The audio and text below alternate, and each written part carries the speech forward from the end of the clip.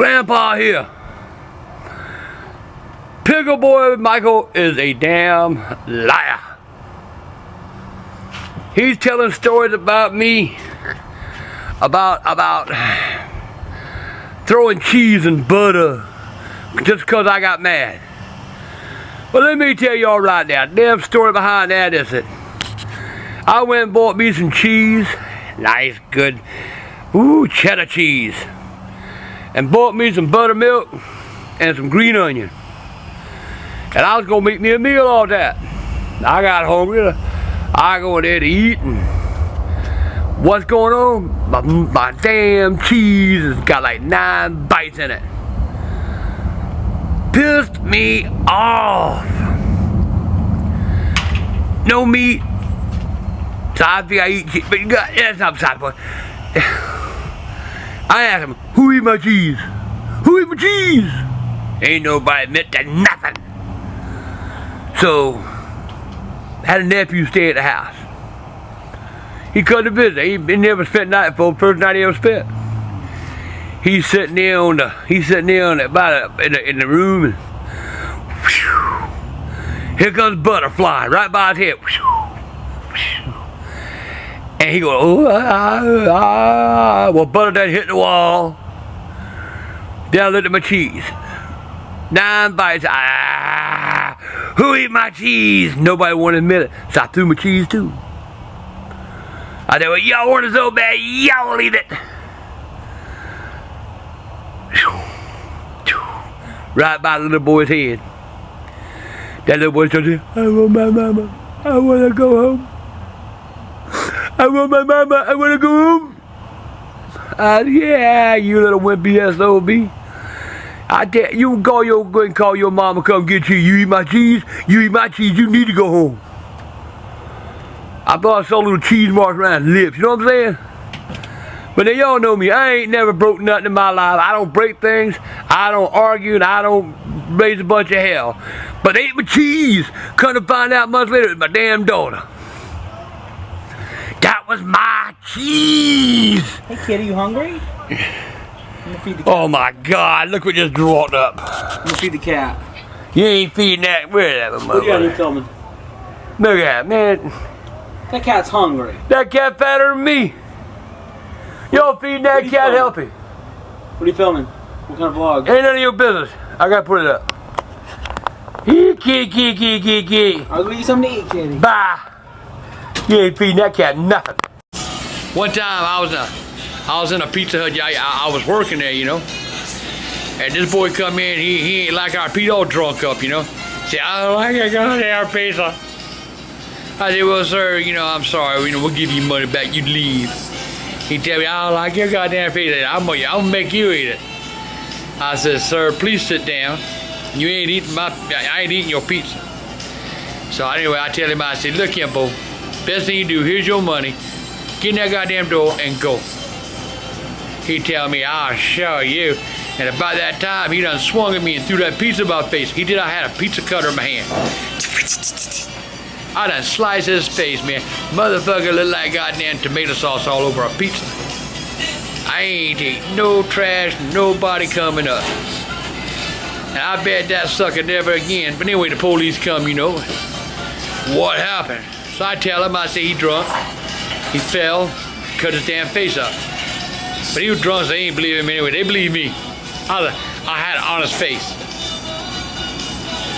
So just remember, you ever see me in the street, don't fuck with me, because I think got that pizza kind of cut your face up. I ain't fucking with you. And you keep messing with me, you gonna wish you never done it. So, I tell you what, tomorrow I'll have a better vlog. I'll be thinking about it tonight, and I'll talk to you later. You know, last night I told you I was gonna tell you a story about bullying gay people. Well, back in the late 60s,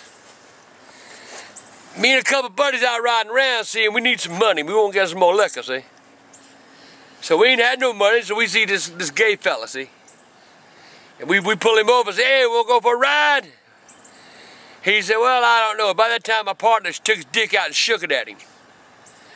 And so he said, all right, I'll go. So he got in the car, had this little goddamn pink poodle, man. Little yapping motherfucker. Goddamn, wouldn't shut the fuck up. So we take him out into Bees Ferry Road. Back there was all dirt and shit. And we jumped out of the car. My partner said, man, give me all your goddamn money.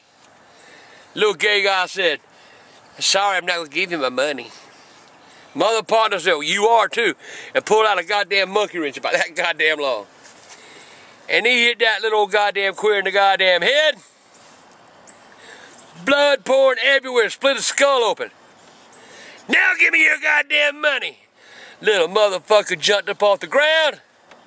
He said, I tell y'all right now, there's two things I like to do. Suck dick and fight. And that motherfucker lit into us. Good God, I'd rather been in a goddamn cage with a motherfucking tiger. Motherfucker broke 4 of my goddamn ribs. Put my other friend in the hospital. He took our car and drove off and left us in the fucking woods. You talk about vice versa shit. Man, that's what I was trying to tell you, man. I learned a valuable lesson there. Don't fucking no queer. He'll kill you. And I learned, you know, and I think that's why today, man, I get upset when I see bullying because I was a bully one time myself. And I'm going to take up for the goddamn little guy. I'm going to take up for the gay guy. But if you go fight one, make sure that motherfucker don't know how to fight. Because goddamn, they whip my motherfucking ass. I ain't lying. Anyway, that's my story about what happened to me and the queer. No more. Turn it off. Turn it off. He beat us unmercifully, man. Hey, motherfucker took my goddamn friend's clothes. Took my goddamn shoes. Did the dog run away? Why should the goddamn little dog run away? He put the dog in the goddamn front seat with him. He had our car. We had to walk out the fucking woods. Bastard. Were you guys bleeding? Bleeding? My goddamn shirt was soaked, and my friend, you thought he was blood.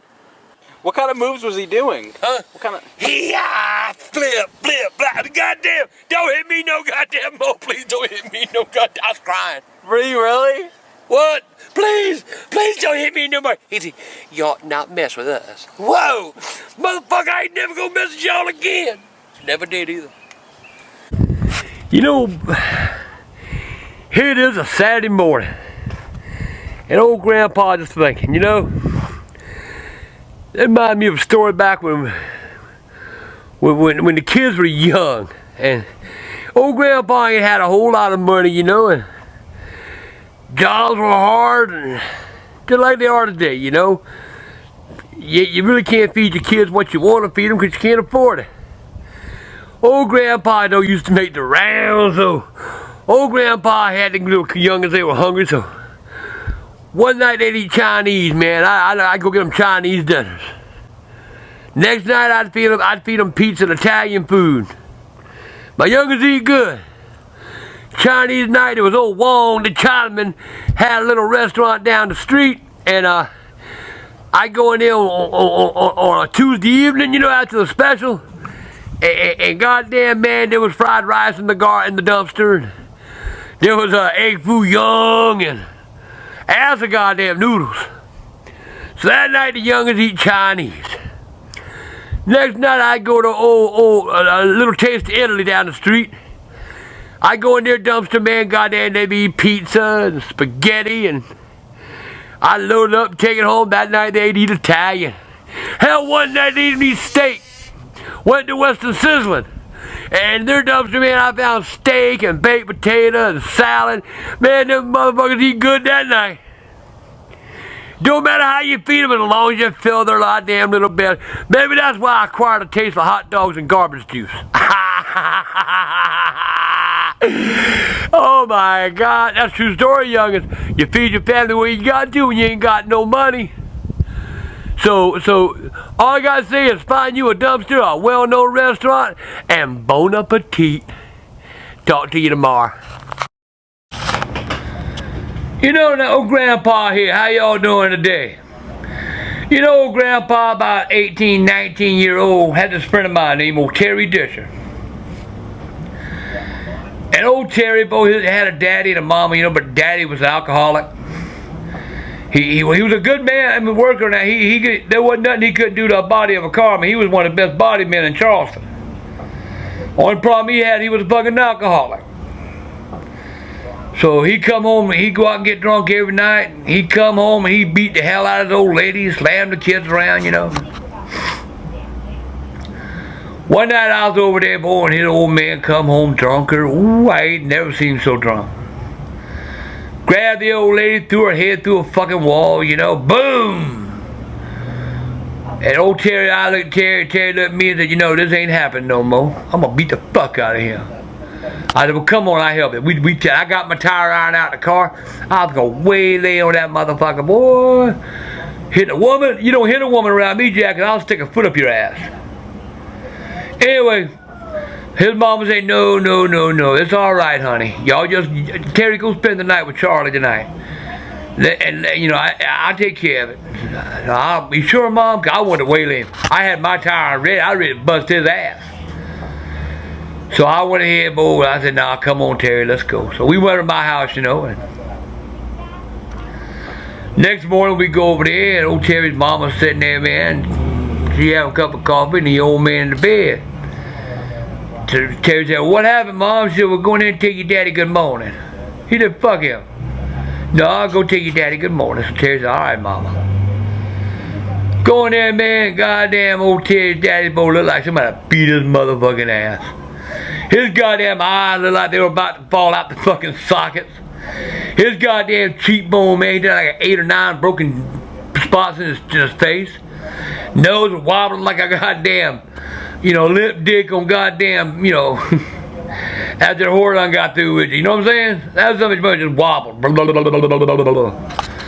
Anyway, let me see what else. Had some teeth missing. The old lady took him to the hospital, man. They sewed him up, you know, and they called the police, and the police, they went there, and Daddy said, no, I ain't pressed no charges. I deserved it. She said, oh, Mama, what happened? She said, well, after he got through whipping my ass last night, I just had enough. So when he went to sleep, when he passed out in the bed, asleep, I tied him to the bed. That went in 4-post bed, you know. Said she got the goddamn rope out and she tied him up to the bed. And when he woke up, she was sitting on his chest. And she had a 9-inch cast iron frying pan in her hand. She said, Terry, I waylaid his ass. She said, I got him for everything. Said he looked like a ping pong tournament going on in the bed. Boing, boing, boing, boing, boing, boing, boing, boing, boing. She done beat the fuck out of that man. She come in the room and she asked him, you going out tonight? He said, no, honey, I'm not going nowhere. I feel bad. I just ain't no way. I can't even go to work. From that day on, that man quit drinking. From that day on, that man took his wife out at least twice a week to eat. From that day on, he started doing things with his kids, man, going to the ball games and just had a good time with his young man. You couldn't ask for a better daddy then. And all it took was a 9-inch cast iron frying pan, one little 5'6" woman, weighed 85 pounds soaking wet, tied his ass to a bed sitting on his chest and beat the fuck out of him. So, y'all better listen to me, girls. You ain't got to take no goddamn man beating on you. He beat on you. You don't want to leave him. Wait till he goes to sleep. Timed up. Fuck him up. Say, goddamn, I'll do it again if you hit me, touch me again. You'll straighten his ass out. I guarantee you that shit.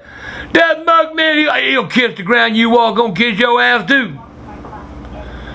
And guys, you need to think about that because you might end up in that situation. So quit hitting them girls. Who the hell y'all think y'all are? Bunch of losers. Hit a woman, come hit me. I will bust your fucking ass. Talk to you tomorrow, youngins. Bye. You know, back when I was a kid, we went to my grandmama's for Halloween one year. I'll start over because I was talking when you started. I don't care. Alright. It's my vlog. Fuck you. Okay. Anyway, I'll go to my grandmama's for Halloween one year. I just think I was like 12, 13. And me and my cousin went to a cow pasture. And we found us some cow shit. I mean, that was some gooey motherfucking shit. Oh, god damn. But my grandmother lived in a little town called Oler. Now, that'll tell you something right there. It's one of them little towns that when you go through it at nighttime, you're going to hit all the dirt because they roll the streets up at 7 o'clock and put them behind the city hall. And then the next morning, 6 o'clock, they roll them back out, okay? And we had a big old bag. We had like 2 or 3 big old bags full of cow shit. And we would go to somebody's door and we'd knock. And I was knocking and my cousin was lighting the bag. Motherfucker, open that door. See that goddamn fire? Go to stomping. Goddamn cow shit flying all over the fucking porch, his door. Hey, I goddamn motherfucking kids. I'll tear me some kids' asses up if I catch them around my house again. Yeah, we did it twice. I mean, it was fun. So if any of y'all going out knocking on the door, make sure you take a bag of cow shit. Dog shit. Don't take any human shit, because then I'm going to think there's something wrong with your ass if you do that. But do that. Not put and then light that motherfucker. It'll be blazing. Man will come out or a woman will come out and they get so damn upset they start stomping because they don't want to burn their house down. And you got the ass, man, they got cow shit all around their fucking ankles and that's stinking like a motherfucker too. Shit. One little Halloween pleasure you can have. Tell you a joke. Little girl goes to the door, knocks on the door, hollers, "Trick or treat!" Old lady answers the door and she said, "Honey, that was cute. Say it again." Little girl say, "Trick or treat!" Oh shit, that's so precious. Larry, come in. Oh, Larry come to the door. He's her husband, you know. Couldn't be a boyfriend, bitch too fucking old. She said, "Do it again, honey. Show Mr. Larry what you say." So little girl looked at him. She said, sweet as she can be with that little baby face. She said, "Trick or treat." He's all, honey, don't give this child that shit we're giving everybody else. Go get that child something good. Old lady went in the kitchen, come back with a big apple, you know, big old red, juicy looking motherfucker, you know. And she said, "Open your bag, darling." Little girl opened her bag and the old lady dropped the apple in her bag. Little girl looked up at the old lady and said, "Big deal, the apple. You broke my fucking cookies." Have fun. Trick or treat. Hey, young'uns. Grandpa here. Like you don't know who the fuck I am, right? You know, Grandpa gonna tell y'all a story. Damn old lens getting messed up. I just cleaned it. I'm pretty now. You know, this is a story I don't want to tell. This is a story that scares the shit out of me when I think about it. Many years ago, I had a hernia. And it was the size of a fucking basketball. Damn lens, I swear to God. It was the size of a basketball. I had to take it out. And they told me there was going to be complications. Damn, I don't like telling this story. Anyway, doctor said I was going to be in the hospital for 3-4 weeks. Which, I needed the rest anyway. Anytime you can get away from grandma for that long, it's good rest. Anyway, they took that hernia out. They lost me on the table. I died. Man, I keep doing this shit. It ain't even cold. It must be cold in my house. Anyway, he took the hernia. He repaired the hernia, you know. I didn't quite come back because they lost me. And this went on for like 3 weeks. One day, man, I was in a coma. One day they tell the old lady, they say, you know, you really ought to think about going to the funeral home and making arrangements. He said, because we don't think he's gonna make it. My blood pressure was high, my damn heart was giving him problems. Mostly my lungs, you know, much as I smoked, my lungs were all fucked up anyway, you know what I'm saying? So, old grandma, you know, she went down to the funeral home and she was talking to him. This went on for like 3 weeks. Finally, all of a sudden, man, my daughter came from fucking New York, Kimberly. And everybody done give me up for dead. My daughter started, "God damn you, Daddy. Wake your fat fucking ass up, you son of a bitch. Who the fuck you think you are? You gonna leave all of us and we gonna be alone without you? Wake your old ass up. Dad, I love you. We all love you. Wake up." I woke up.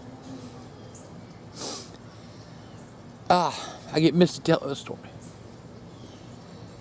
Nurse told Kimberly, said, I came running in the room because they had me hooked up to monitors that was showing outside in the damn nurse's station. And all of a sudden, vital signs started coming back. I had a pulse again. I was living. They went in, and Kimberly said, "Oh, I'm sorry. I didn't mean to upset him." Nurse said, "Hell no. You do whatever it is you're doing, because you making him wake up." Hard story to tell. And there I was. My eyes were open. I was looking around at my daughter. By then, Tina and the other kids came in, you know, my grandkids. And I started telling them what I seen. This is going to be a long vlog, so y'all might just open your beer, get you a cup of coffee, smoke a cigarette, whatever the fuck you got to do, because it's going to be a few minutes. Old grandpa, boy, I started telling stories, man. The demons, man. There were demons in every corner of my fucking room. They were sitting on my bed. They were saying, "Come on, Grand Charlie. Come on, Charlie. You mine. You next. Come on. We waiting on you. We waiting on you." There was a demon on my bed. There was a demon on my nightstand. There was a demon everywhere. Them demons were waiting on me. It's strange. Before that surgery, I didn't give a fuck about nobody. You could have needed 50 cents and I'd have laughed at your ass, because I wouldn't give you shit. I always thought there was an ulterior motive to everything anybody done for me. But them demons scared me. Them demons were after my ass. I mean, I knew I was going to hell. All of a sudden, man, there was a light. I started falling. And you've heard the story of a lot of people, but I actually experienced it. I was falling, and the light was so bright. My God, man, sunglasses wouldn't even stop that light as bright as it was. There was my mama. I talked to her, my dad, my grandmother, people from the past, a girl that I knew when I was young who committed suicide. She was there. You know, I hadn't even thought of her about them, you know, but she's with me now. She talks to me now. People say you're crazy, but nah, I ain't crazy.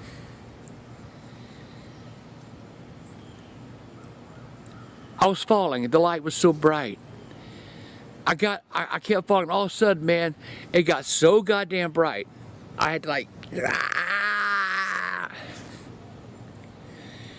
and a voice came from nowhere and says, "Not now, Charlie. Maybe later, but not now." And I woke up, and I heard my daughter hollering and screaming at me.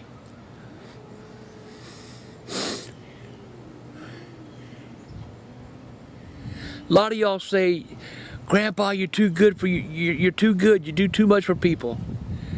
You care about people too much. You end up getting fucked." Fine, fuck me. I don't care. Because from that day on, Grandpa found he had a heart. Grandpa found if he had somebody that needed something and he had it, he'd give it to him. Grandpa started believing in second chances, third chances. I now believe in people. I believe in you.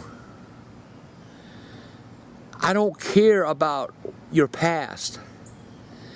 You could have been a prostitute or be a prostitute now. I don't care. You're feeding your family. You're doing what you have to do to exist. I care about you. I care about my youngins, and y'all are all my youngins.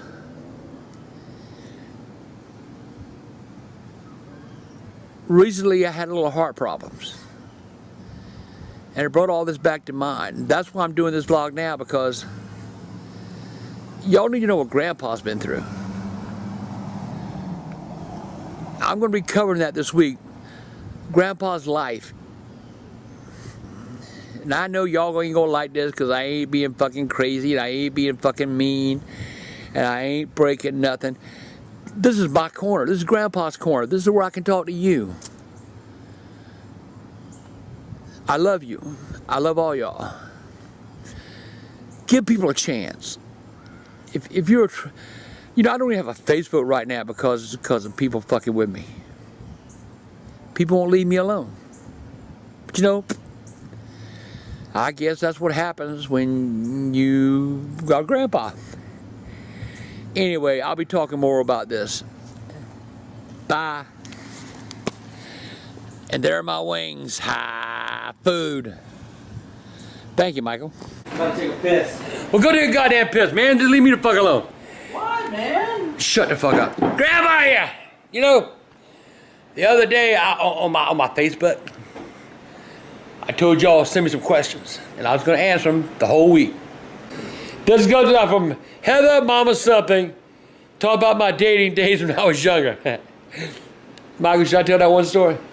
Which one? About the girl I dated that ain't had no legs? Oh, man. Yeah, tell it. I was about 15, 16 years old. And this girl wanted to go out with me so bad. I mean, she was real, you know. But she was crippled. She had no legs. She was in a wheelchair. So wait a minute, she was crippled or didn't have legs? She had no legs. They were like stumps? They were stumps. I took her out, you know, and we went to the movies, you know, and we looked at the movie, and I pushed the wheelchair, you know. After the movie, I tried to get a little kiss, you know, and back off. Can't kiss, wouldn't let me kiss her. I said, I tell you what, let's go to the park.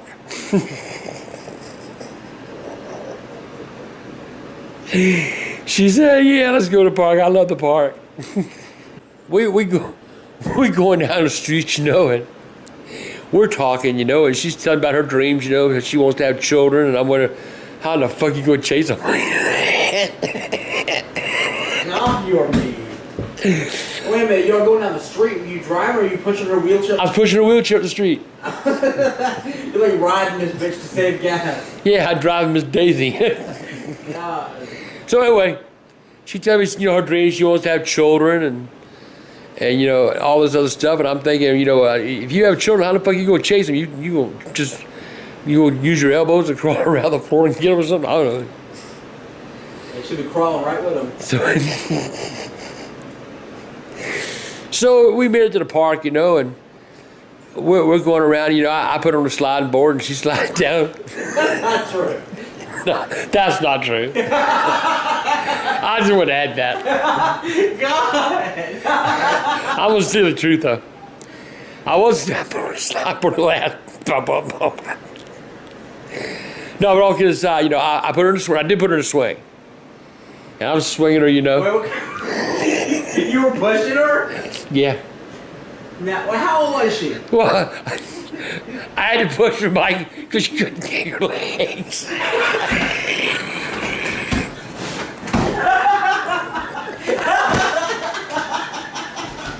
Oh my God!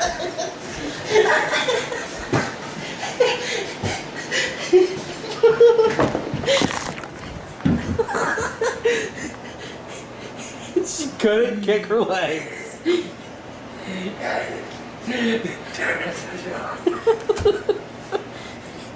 Turn it off. Not a chance. You're gonna shit your pants.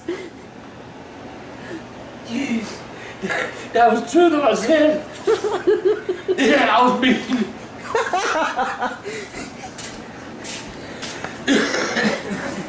Now, you're swinging. Oh, shit. You ain't fucking right. There's a special place in hell for that.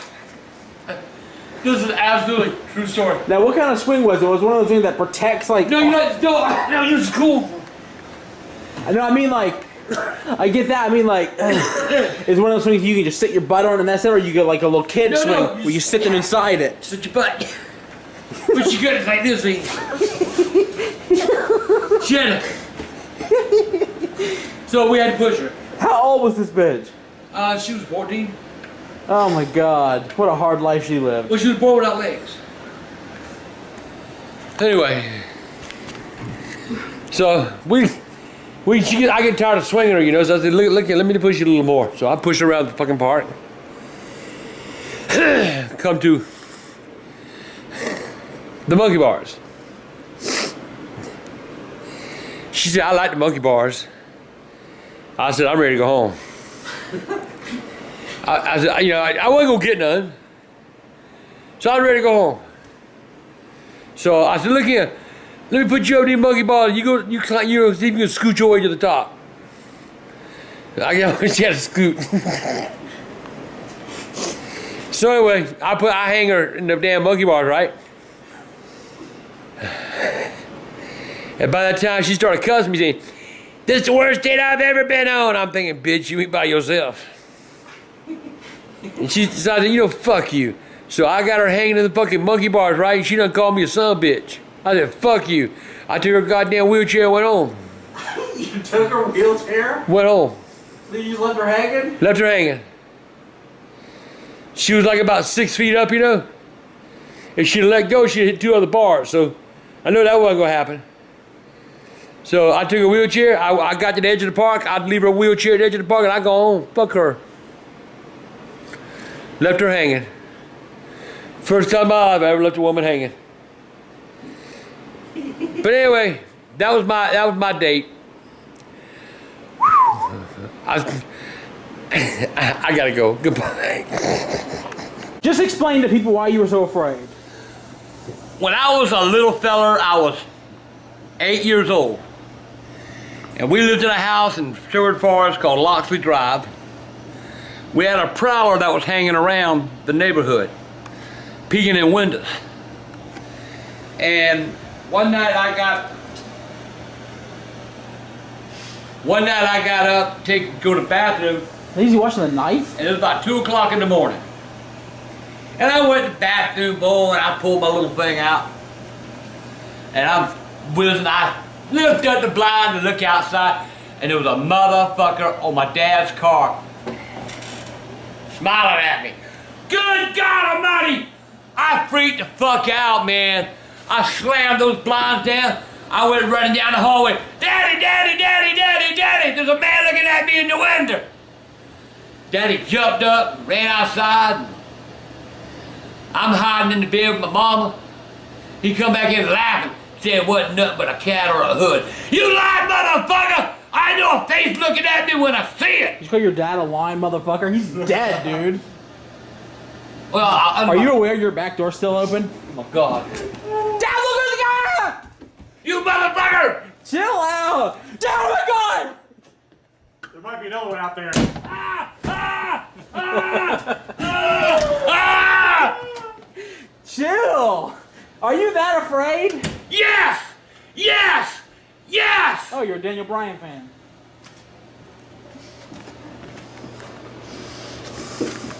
I'm done. I'm done. I'm done! You done? Well, say goodbye to your obsessed fan, Dad. Get the fuck out of my house! Well... Don't touch me! Don't touch me! Don't you ever touch me! Oh, God, relax. Don't touch me! Oh, things getting serious, are they? I was far from kidding, you know.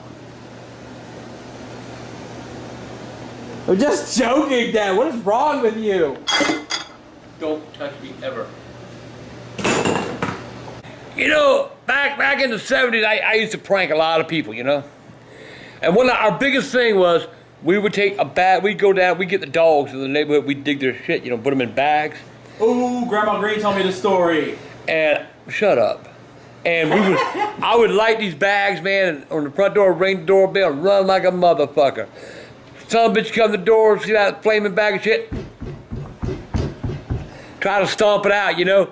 Shit all over his foot, shoe, whatever the fuck he was wearing. So one night, me and a couple of buddies, man, we lighting bags of shit and put them on doorsteps, you know, and we lit one boy, we started running. Well, we got about halfway down the street, and all of a sudden this man stopped us. Hey boys, stop a minute. And this old motherfucker, about 50 years old, done come up to us. He said, I saw what y'all did. He said, y'all lit that bag, and them poor people had to come out here and stomp that. You know, y'all boys are wrong. I tell you now, you go home, or I'm gonna tell your daddies. I said, man, fuck you. Yeah, I ran off, man. We got some more bags of shit, and we lit them, you know. Where are you getting all this shit from? Well, we spent about a week collecting all the dogs in the neighborhood. God, where are you storing it at? At a friend of mine's house. His house stunk anyway. But anyway, so we got through for the night, you know, and I went home, and I was sitting there, and Mom would say, well, how was your Halloween? I said, Mom, it was a lot of fun. Me and the guys just walked around the neighborhood, talked to other women, you know. Other women. We talked to women. Anyway, damn doorbell rang. And here's my daddy, he in a wheelchair, and he was sitting in his room watching TV, so Mama went to the door. Mom opened the door, and there was a bag of shit burning on the motherfucking thing. God damn, Mama got out there and she's stomping that shit. And I said, oh, goddamn, hell nah. You were some sick Indian. I thought one of my friends did it. I was about to ask, was it one of your friends? No, it wasn't one of my friends anyway. So Mama done stomped out and got shit all over her nightgown and stuff. You know, she was mad anyway. So the next day I'm at the store and I see that 50-year-old motherfucker. He getting him a drink out the damn drink bar. He laughing. Ha, ha, ha, ha, ha. I said, what are you laughing at? He said, how'd you enjoy your bag of shit on the door, motherfucker? I said, you crazy old motherfucker. He said, I told you Payday was a bitch. Ah, ha, ha, ha, ha, ha. You son of a bitch. My mama had to stomp that shit out. He said, yeah, she did. But somebody else's mama had to stamp out your shit. 2 years later, the motherfucker died of a heart attack. Fuck you, you damn shit, doorstepping button motherfucker. Fuck you. Burn in hell. Making my mama step on your shit. Man, here, take this motherfucker. You think it was human shit? And his was human shit. Alright, tell the story that you used to tell me about the old man and the hat and stuff. You still remember that story? Yeah, and I want to record that. And that story affected me, so I got to record it. Many years ago, my great-grandfather died. And we went to the house. This is a little small town in upper part of South Carolina. And back then when somebody died, they didn't lay them in a funeral home for people to visit, you know, for visitation. They would take them home, and they would take the coffin into the living room, and they would set the coffin in front of the couch. So people would come in, you know, and they would, you know, sure going missing, you know? Well, it was just about dark. And people were coming in, you know.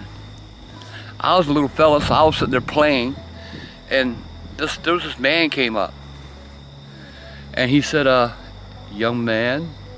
I said, yes, sir. And I looked at him, you know, he's about 6'1", 6'2", you know, real thin, long face, beautiful suit.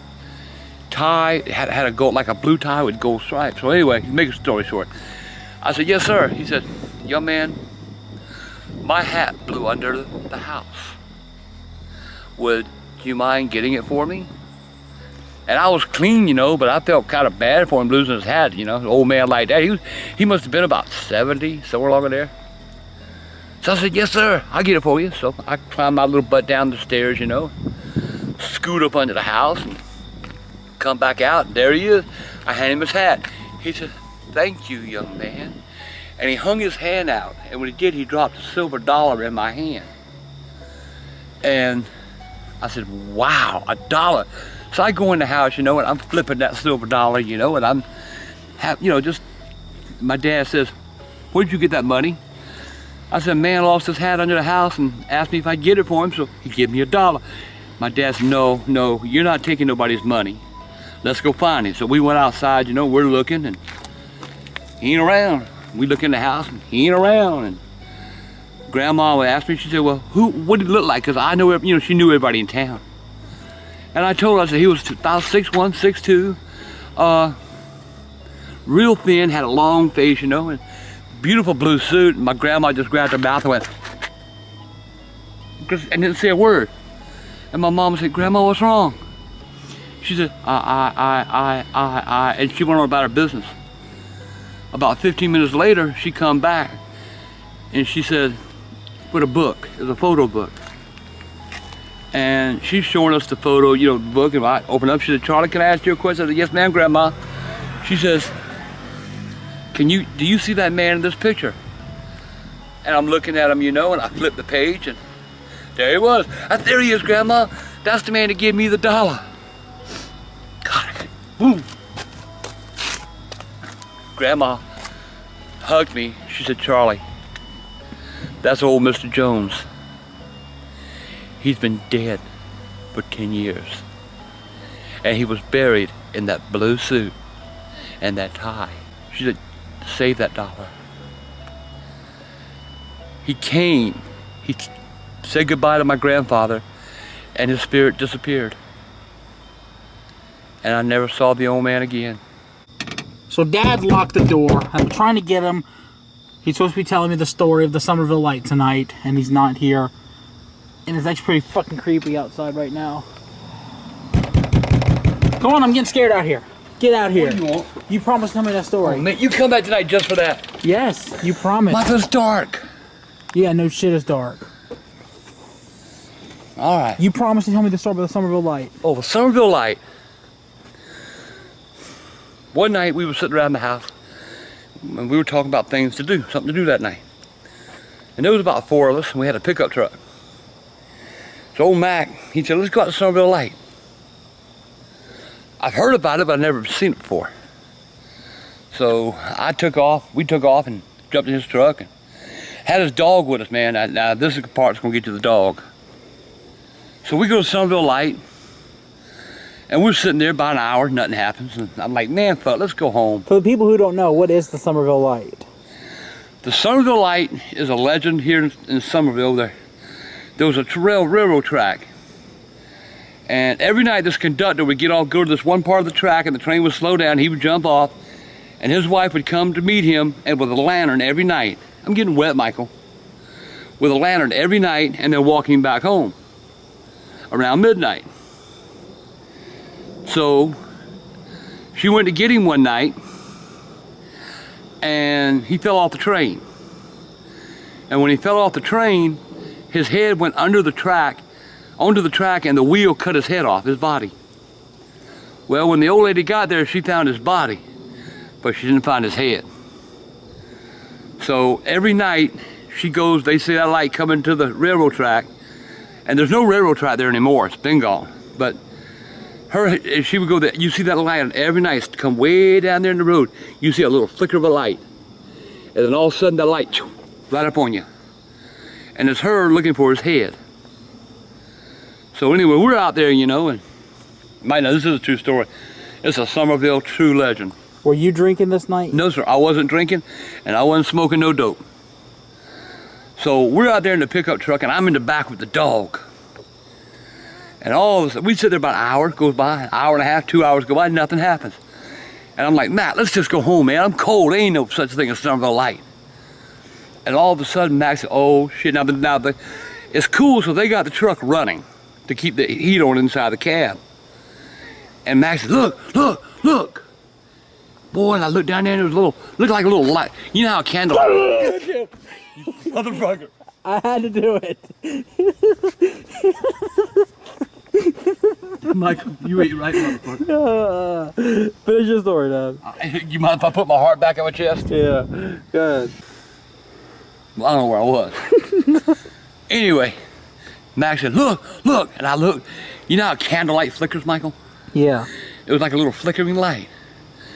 And I said, damn, just a little light.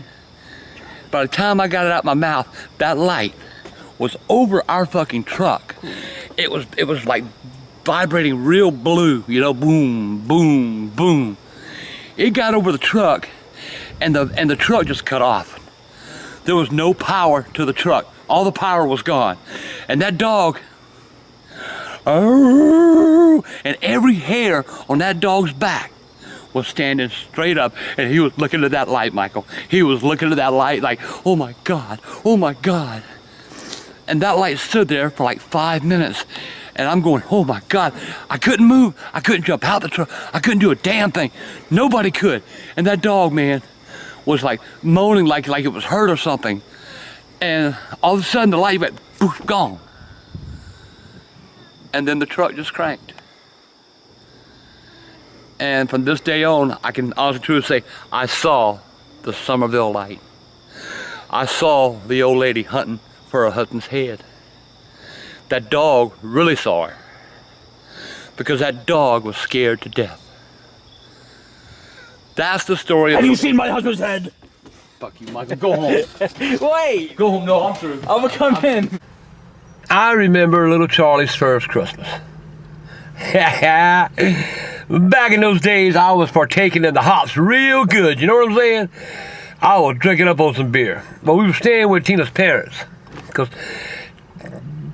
Tina, yeah, that's Tina's Tina. But anyway, her mom wanted to stay with them for a while, until she had the babies. I agreed to it, you know. Well, Charlie was born, and her mom, it was Christmas Eve, and her mom said, y'all get ready. I'm like, get ready for what? Said, we're going to church. Negative, I ain't going to no church. She said, but you don't understand, we're getting little Charlie baptized. I said, he ain't old enough, he ain't 12 yet, when he's 12 years old, he can decide what he wants. Her mom said, he's getting baptized. And Tina, you know, he's gonna get baptized. That bitch can make some faces. So I said, all right, hell, I'll go along. It'll come about 11 o'clock, and it was time to go to church. So we get down there to church, you know, an old Catholic church, and we brought his milk, but we didn't bring his milk, his water. We always carried bottled water, put it in with his milk. Charlie started crying. Blah, blah, blah. And I said, what we gonna do? She said, go get some water somewhere and make his milk. All right, I'll go make his milk. Well, I walked out front. There was like a little water fountain there, right? It had a pond, you know, had a little thing there full of water. I said, damn. So anyway, I got the water out of that little pond, and I put that can. I forgot to put that milk in there, you know.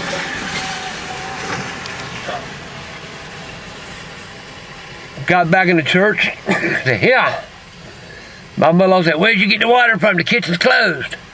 I said, they had that little pond out front on that pedestal. I said, I just got one. You should have done that. That's holy water. That's what they baptize babies in. That's what people, when they come into church, they touch the water and sprinkle their head. I said, well, goddamn, he's drinking, ain't he? Shut up.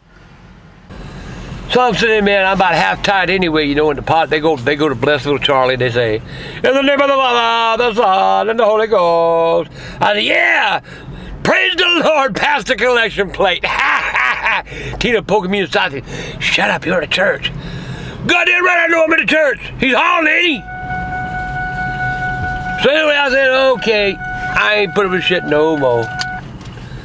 So anyway, got home from church, and mother-in-law ain't talking to me.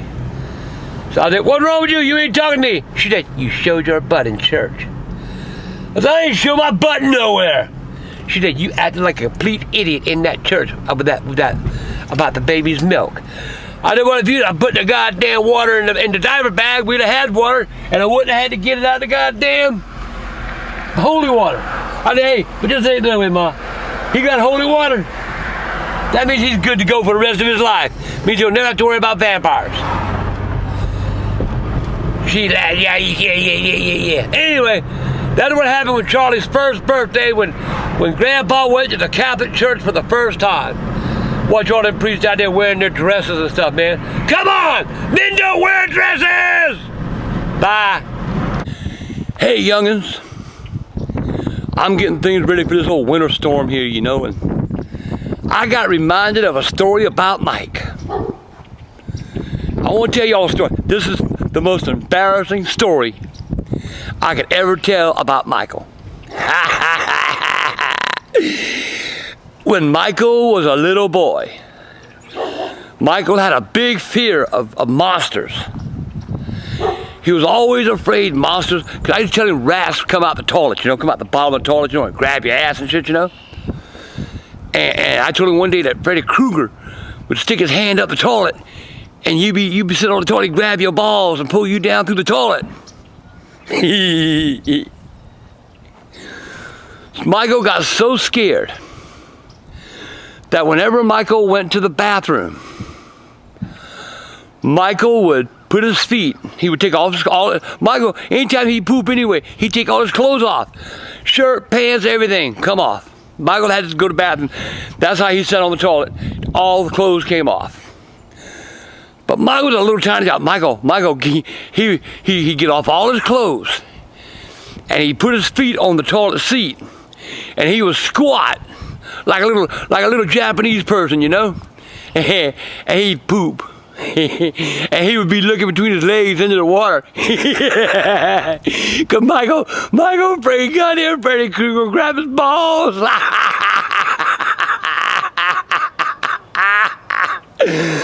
Oh, Michael, I hope that embarrassed you.